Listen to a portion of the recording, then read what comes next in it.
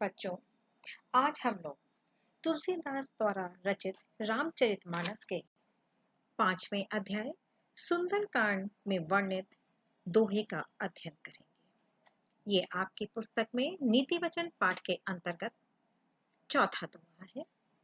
दोहा इस प्रकार से है, जहां सुमति तहां संपत्ति नाना, जहां कुमति तहां विपत्ति निदान। बच्चों, आप सभी रामचरितमानस से परिचित हैं।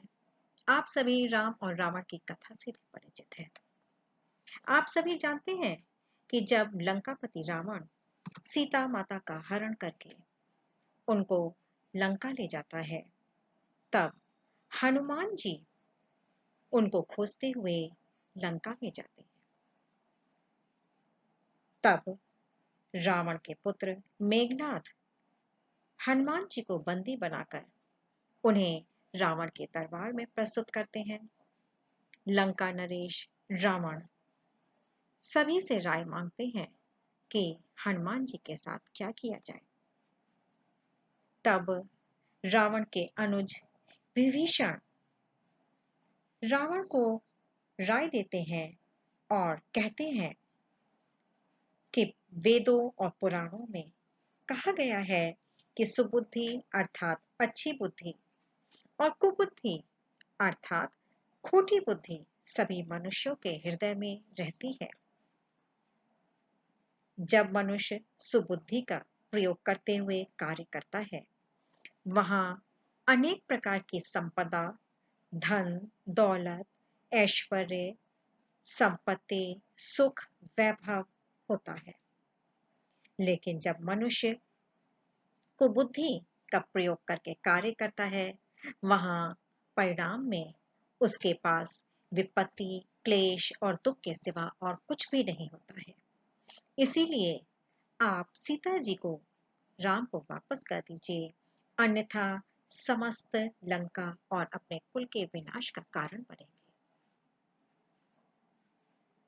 लेकिन रावण विभीषण की इस बात को नहीं मानता है, क्योंकि वह कुबुद्धि के अधीन होकर कार्य कर रहा होता है और परिणाम स्वरूप वह विभीषण को लंका से निकाल देता है। यह दोहा, जहां सुमति तहां संपत्ति नाना, जहां कुमति तहां विपत्ति निदाना, उसी रामचरितमानस के सुंदर कांड से लिया गया है। कवि का कहना है, मनुष्य भगवान की सबसे अच्छी कृति है, क्योंकि भगवान ने मनुष्य को बुद्धि दी है, जिसके सहारे वह कठिन से कठिन कार्य कर सकता है। मनुष्य जब सद्बुद्धि का उपयोग करते हुए जीवन में सफलता की बुलंदियों को छूता है, क्योंकि ऐसे व्यक्ति में सत्यता, ईमानदारी, करुणा, धार्मिकता, संतोष, प्रेम भाव, सेवा भाव जैसे सद्गुण होते हैं। वह स्वार्थ से हटकर लोकहित के कर्म करता है और देश दुनिया में नाम कमाता है। उसके पास अपार संपत्ति, धन, वैभव, ऐश्वर्य, सुख हो जाता है। जीवन में लगातार उन्नति की ओर बढ़ता जाता है। लेकिन जो व्यक्ति